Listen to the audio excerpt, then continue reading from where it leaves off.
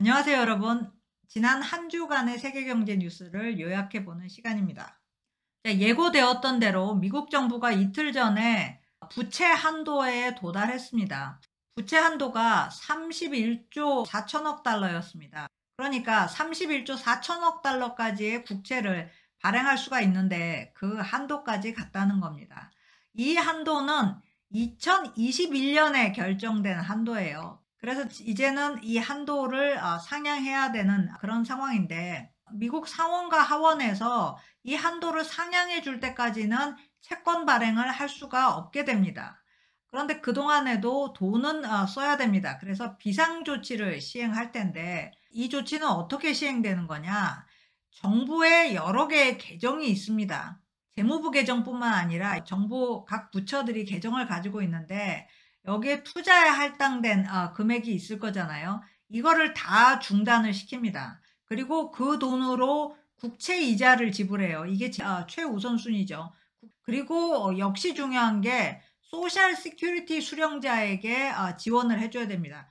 만약 소셜 시큐리티 지급이 중단되면 이 취약계층의 생활이 당장 곤란해지니까요. 자, 그렇다면 부채 한도가 상향되지 않으면 무슨 일이 일어나느냐?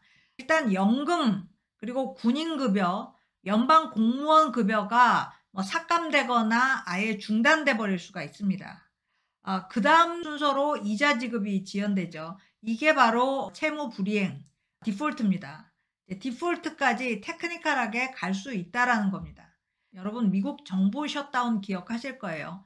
정부 셧다운은 급여 지급할 돈이 없어서 셧다운을 하는 겁니다. 그래서 이 부채 한도 도달과 정부 셧다운은 별개지만 사실 비슷한 결과를 초래할 수 있습니다.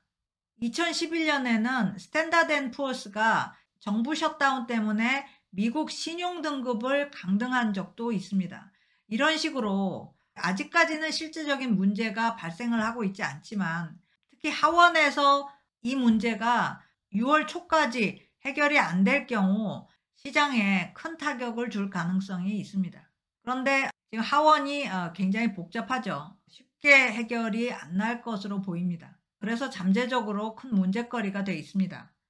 자, 이번 뉴스는 사실 더 큰 뉴스가 될 수도 있는데요. 일본은행이 수익률 곡선 통제 정책을 그대로 유지하기로 결정을 했습니다. 이 결정으로 엔화가 2% 급락을 했고요.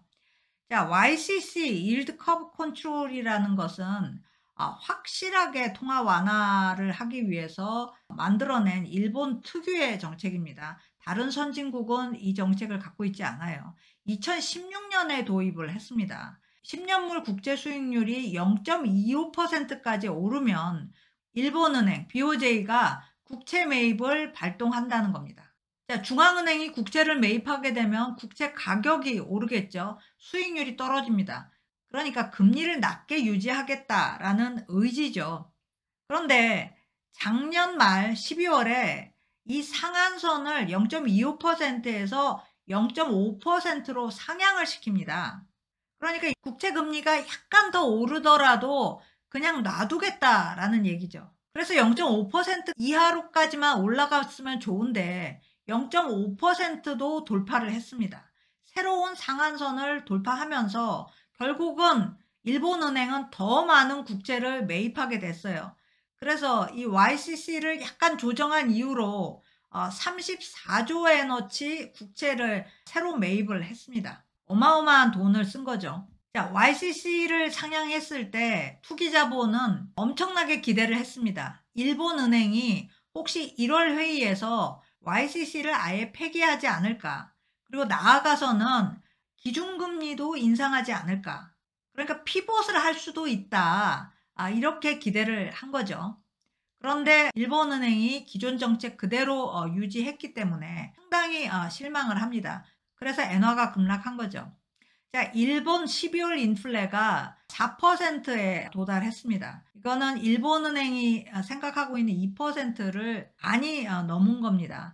일본 인플레는 신선식품 제외한 인플레를 발표를 합니다. 일본은 세계에서 두 번째로 큰 채권 시장을 가지고 있습니다. 미국 다음인데 이 채권 시장이 굉장히 집중화되어 있어요. 수익률이 워낙 낮기 때문에 채권을 발행해도 누가 사주지를 않습니다. 그래서 일본은행이 다 사요. 그래서 일본은행이 일본 국채의 반을 가지고 있고요. 특정 발행분에 대해서는 95%까지 가지고 있습니다. 그래서 국채 수익률이 0.25%포인트 오르게 되면 국채를 많이 가지고 있는 일본은행의 손해가 막심해집니다. 국채 가격이 하락하니까요. 7.5조 엔, GDP의 1.4%에 해당하는 손해를 보게 됩니다.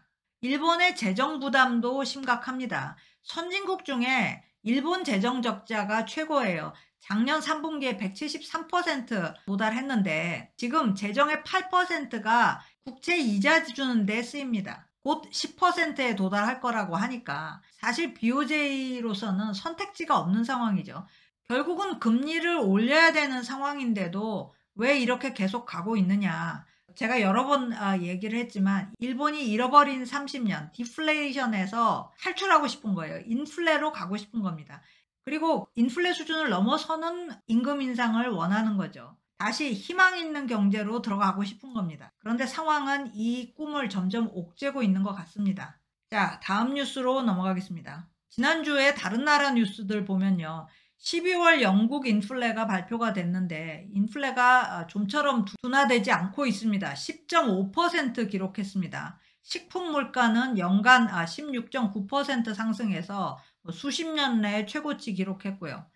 자, 영국 정부는 올해 안으로 인플레를 절반으로 줄이겠다 이렇게 얘기를 하고 있는데 과연 실현이 될지 모르겠습니다. 자, 독일 GDP는 작년에 1.9% 성장했다고 이번 주에 발표가 됐습니다.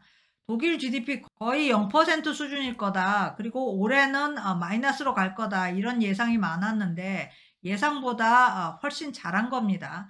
하백 경제장관은 향후 몇 달간 경제 둔화가 예상되지만 둔화되는 강도가 약할 거고 또 빠르게 지나갈 거다라고 전망을 했습니다.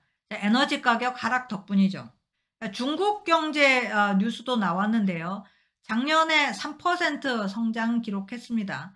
2020년을 제외하면 1976년 이래 가장 낮은 성장률이었지만 사실 이 분석가들은 이거보다 더 낮은 성장률을 예상했기 때문에 이게 큰 쇼크를 주지는 않았습니다. 오히려 쇼크는 중국 인구가 줄었다. 이게 더 큰 뉴스가 됐죠. 중국의 코로나 봉쇄로 그동안 공장 생산과 소비자 지출이 타격을 받았고요. 12월 수출은 달러 기준으로 9.9% 하락해서 코로나 초기 이래 가장 큰 감소세 보였습니다. 하지만 중국 경제가 리오프닝 하면서 활력을 어느 정도 찾을 것으로 기대가 되고 있습니다. 그래서 OECD 산하인 국제에너지기구 IEA가 중국 경제 리오프닝과 함께 석유 수요가 사상 최고치 기록할 것으로 전망을 하고 있습니다. 하루 1억 170만 배럴을 필요로 하게 될 거다 이렇게 얘기하고 있는데 이 증가분의 절반이 중국으로부터 발생합니다. 그리고 또 중국인의 해외 관광이 재개되면서 전 세계 관광이 코로나 이전 수준을 많이 회복할 것으로 예상이 됩니다. 그렇다고 중국의 GDP 성장률이 과거와 같지는 않을 것 같습니다. 올해 4% 약간 넘어갈 것 같고요. 그리고 내년에도 한 5% 수준이 되지 않을까 이렇게 예상되고 있습니다. 마지막 뉴스인데요. 일론 머스크 뉴스입니다. 일론 머스크가 테슬라의 4분기 실적을 알면서도 주식을 매도했나 미국 의회가 조사에 들어갔습니다. 머스크가 지난달 12일부터 14일까지 사흘 동안 테슬라 주식을 2,200만 주 팔았습니다. 주당 평균 가격 163달러에 팔았는데 그리고 나서 2주 후에 4분기 인도분이 미달했다라고 발표를 했어요. 그리고 그 다음날 장이 열리자마자 테슬라 주가가 급락을 했습니다. 그날 108달러로 마감을 했는데 과연 일론 머스크가 이 4분기 실적이 나쁠 거라는 걸 알고 미리 주식을 매각한 건가? 만약에 그렇다면 큰 문제가 되죠. 내부자 정보를 이용한 거래고 위법이죠. 미국은 이 조항에 걸리는 경우가 굉장히 많기 때문에 10b5-1 플랜이라는 것을 마련해 두고 있습니다. 주식을 이때쯤 팔겠다. 정확한 날짜는 아니라도 미리 계획을 만들어 놓으면은 어느 정도 내부 상황에 대해서 알고 있더라도 이건 미리 팔기로 했기 때문에 팔았다 이러면서 넘어가는 거죠. 일론 머스크는 그전에 다 이 10b5-1 플랜에 의해서 매도를 했어요. 테슬라 주가가 정점을 찍은 2021년 11월부터 엄청나게 매도를 했습니다. 다 이 플랜 하에서 매도를 했어요. 그런데 지난달 매도는 이 플랜 없이 매도를 한 겁니다. 그리고 1년간 매도의 37%가 이 사흘 동안에 이루어져요. 그래서 이 문제가 있다라고 지금 의회는 보고 있는 거고요. 곧바로 증권거래위원회 SEC가 조사를 벌이겠죠. SEC와 일론 머스크는 사이가 굉장히 안 좋습니다. 그래서 상황이 좋아 보이지 않고요. 또 일론 머스크는 현재 별도 건으로 소송에 들어가 있습니다.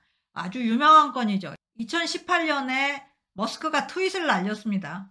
여러 가지로 귀찮아서 테슬라를 상장 폐지하겠다. 상장 폐지할 자금도 마련되었다. Funding secured라는 트윗을 날렸어요. 그래서 공매도 세력이 엄청나게 큰 손해를 봤습니다. SEC도 여기에 대해서 벌금을 매기고 일론 머스크의 이사회 의장 자리에서도 내려오게 했습니다. 그런데 투자자들이 이 건에 대해서 집단 소송을 벌이고 있는 거죠. 이번 주부터 시작이 됐습니다. 일론 머스크가 이길 가능성이 제가 보기에는 많지 않은 것 같아요. 그러니까 자금이 마련되지 않았는데도 아주 무책임하게 이런 트윗을 날렸다. 그래서 공매도 투자자들에게 손해를 끼쳤다라는 겁니다. 본인이 다 자초한 상황이지만 그래도 최악으로는 안 갔으면 좋겠어요. 오늘 스캔 여기까지고요. 저는 또 곧바로 다시 오겠습니다. 고맙습니다. 그리고 즐거운 설 명절 보내시고요.